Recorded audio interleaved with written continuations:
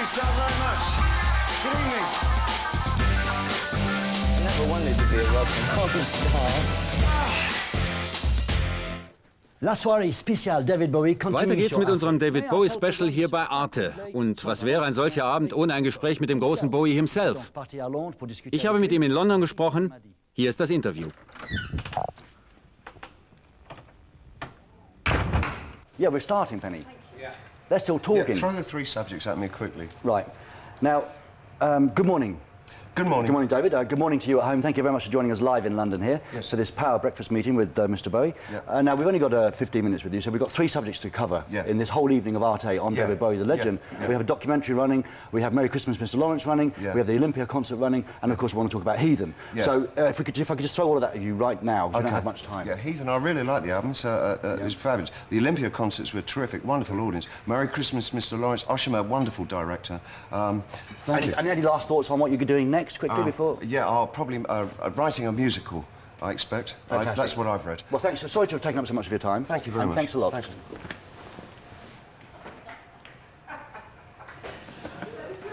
Thank you. We don't need anything else. Okay. Right, now we've got to get to the boring stuff. I've always wanted to do that. OK, we're on our time. Yeah, we're on it. So, David, let's talk some serious questions, if I can manage to do that this early in the morning. Now, we're here. Heathen brings us here. Yeah. Of course, today. And I saw you once saying, I better quote you, because you said it much more eloquently than I can. God. Whatever one creates is not finished until the audience has participated. Yeah. And the space between the artist and the audience, that's the real matter of a piece of art. Now, Heathen's been out there a couple of months now. That was actually Wittgenstein.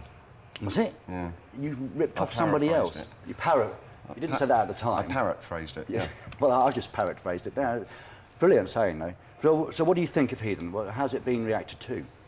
Well, according to my website, it's funny, isn't it? You know, because you can find out absolutely exactly now what people really think about your work. I think you get some kind of accuracy. You do get, for me, what's quite rewarding is that because it is the internet, that the opinions that you're getting do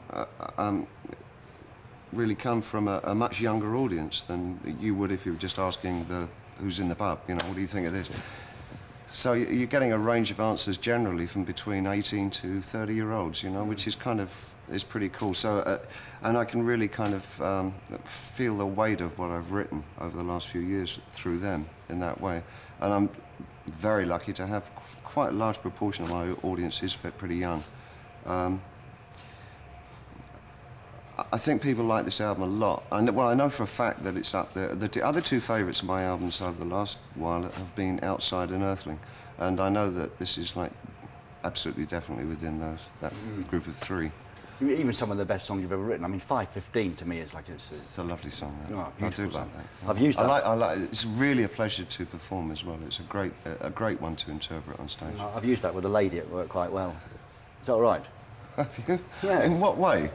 What do you mean you've used it with her? You have 5:15? Yeah. What the hell is sexual about 5:15? Slow, in a slow romantic Oh, I sexual, see. It's about 5:15. Well, that's not terribly sexy, is it?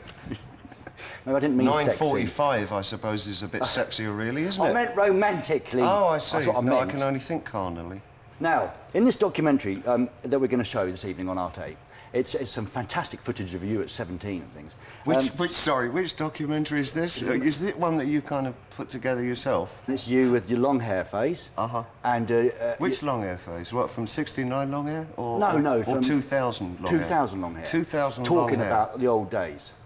Oh, that sounds like an interesting combination. No, there's some fantastic footage of you, really young. Yeah. And what do you think if you ran into yourself now, like that 18-year-old, 19-year-old guy? Funnily enough, you know, I actually did an interview based on that premise. I interviewed myself at 19 years old. When I was around, I think I did it about 5 years ago. And he's got all these terribly flighty, ambitious ideas, and I'm putting them all down.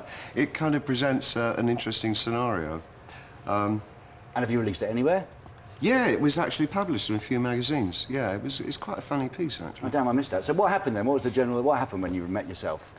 Did you like yourself? I just have felt a bit sorry for myself that I would have to go through all the bullshit that I went through. And I thought, well, I can't change anything, you know? Let's go back to the July concert in the Olympia in Yeah, Paris. let's do that. Let's do that. Let's I'm take you back. dying to go back. Let's take you back in time. Now, you look really, really happy. I tell you, firstly, I love my band, Ray. I just love my band. I think that when I mean, I'm very self-satisfied and quite smug about my band. They're wonderful. They're fantastic versions of all the old songs. They are too. really good, aren't they? I mean, they're such wonderful musicians, and there's such an enthusiasm within the band about working the way that we're working, because it's very musical in a way. There's no set productions, there's no theatrical devices, you know, just a nice black waistcoat and a good pair of trousers. Big smile. Hedy Slimane, by the way, who Yes. is a very good designer. Hedy Slimane. Hi, Hedy, how are you? It's not in one of my subjects, David. Well, sorry, go back to the show. And what we put together about 40 or 50 songs to pull from. And depending on the size of the audience, because we did a real kind of an interesting thing, which I've been doing for some while now, which is I play small shows to be able to play more kind of unknown, unusual material. And then large shows where I know that I have to put in very popular Why does that kind of work pieces. better with smaller audiences than the unknown stuff? Because the small audiences, you know that they're really, really there, and really want to be they there. really want to listen to. That they know the material very, very well. So you can do like 3/4 of an evening of unbelievably obscure things, and you've got an audience that will actually listen to them. And in a big place, you know what they want, you know. So you kind of do that. And so we learnt about 40 or 50 songs to accomplish that over this last few weeks, and it's been working out terrifically well because we're doing 50, 60,000 one night. They're getting Let's Dance downwards, and then we're doing like 2,000 or 3,000 the next night, and we're doing the entire Low album. So you know, it's been sort of that's been an absolute pleasure. I love seeing But it. you know, I thought 40 or 50 songs was really good. You know, and then our sound man is frequently the same sound man as Bob Dylan's, and I said, how many has Bob pulled together? He said, oh well, last count is 187. 187. Remembering all the lyrics and everything. To 187 I know. songs. It's absolutely extraordinary. Wow. Absolutely amazing. Yeah, you mentioned earlier on about the net, your Bowie net. You have a lot of young. You said a great thing on the site, that the best thing about being David Bowie is having David Bowie fans. Yeah, it's true. And you know, you were looking out in the audience in the Olympia. There was a huge amount of like really young. I know it sounds like old grandpa speaking. Young people. Yeah, 40s. I mean, Even in their 20s and 30s, and they're all singing along. I know, it's great. Isn't It that really fantastic? is. Yes, it's. Of course, it's smashing. Of course, it's really lovely.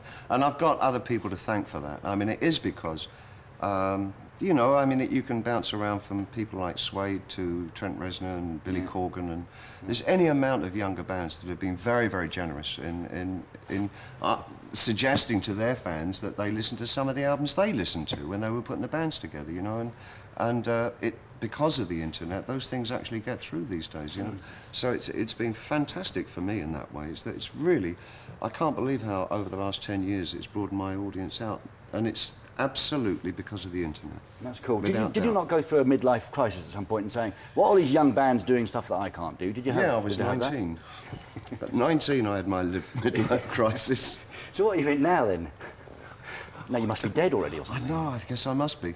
Oh, back to grandfather. I am my own grandfather. Did someone shoot you in a past life? That's not in one of my subjects. No. Let's do it. I just want to refer to Oshima shot me once, you know. No, I'm not talking about it. He shot me, and the film was called. I'm giving you a segue. All right, all right. Oshima shot me once for a film called Merry Christmas, Mr. Lawrence. Furio, as we know it so Oh, well in Furio. France. Yes, and that was that. What sort of experience was that back in 1983? Tropical. Tropical. We were on this island called Rarotonga, and we lost the cameraman on the first day. In the sea? He absolutely disappeared. Wow. We're on this tiny little island, and they wouldn't tell us. The Japanese section of the crew wouldn't tell us that the cameraman had absconded, just disappeared. And so we were shooting with the second cameraman. They were all pasty and looking tired, the Japanese. Every night they've been going out into the jungle to look for him. Wow. And they never found him. And every year, I have to call her his widow now, goes back to the island to see if there's been any news of him. No. And it was unbelievable. Are you serious? Very strange. There was a kind of a note, you know, left in his hut saying, I can't work with New Zealanders because of the war and all that. I mean, it was really God. the oddest thing. God. So what do you remember about that, apart from that mysterious cameraman disappearance? Was it an arduous, difficult experience? What a fantastic sense of humour Tom Conti has. He's terrific. Which you needed in that sort of environment, didn't you?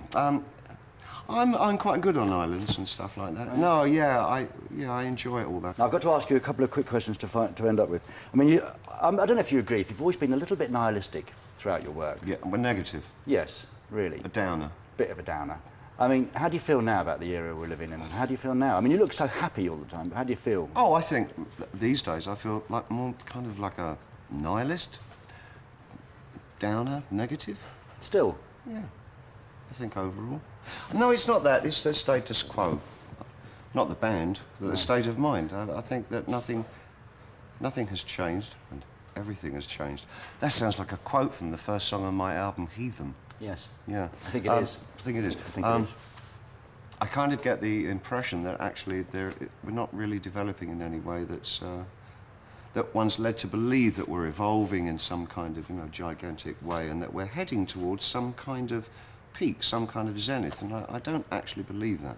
So it's not really a negative thing. It's sort of, I have much more of a willingness to accept absolutely what we are, not really with resignation, but I think to be comfortable with the idea that we are not evolving and that there is no plan and we're not going anywhere.